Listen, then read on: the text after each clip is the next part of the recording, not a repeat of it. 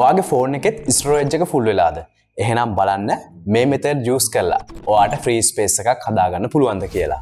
මුලින්ම යන්න ඔයාගේ Play Store එකට. ඒකේ තියෙන ඔයාගේ මේ පින්තූරය උඩ ක්ලික් කරලා යන්න Manage Apps and Devices කියන මෙනු එකට. දැන් උතන තියෙන Manage කියන ටැබ් එක සිලෙක්ට් කරලා මෙන්න මේ Recently Update කියන මෙනු එකට ගිහින් එතන තියෙන Least Use කියන ඔප්ෂන් එක සිලෙක්ට් කරන්න. දැන් මෙතන පෙන්නන්නේ ඔයාගේ ෆෝන් එකේ තියෙන ඔයා අඩුවෙන්ම යූස් කරන ඇප් සෙට් එක පිළිවෙලට. ඉතින් මේවා ඕන නැත්තම් මේ විදිහට සිලෙක්ට් කරලා delete කරලා දාන්න. මෙහෙම apps වගේකුත් තියලා. හරි. ඊළඟට ඔයාගේ file manager එකට ගිහින් ඒකේ storage analysis option එකට යන්න.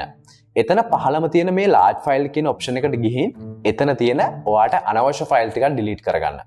එතකොට මේ duplicate file කියන option එකට ගිහින් ඔයාගේ phone එකේ තියෙන duplicated files ටිකත් ඔයාට delete කරගන්න පුළුවන්. තව මේ වගේ tips tricks දැනගන්න iLanka subscribe කරන්නත් අමතක කරන්න එපා.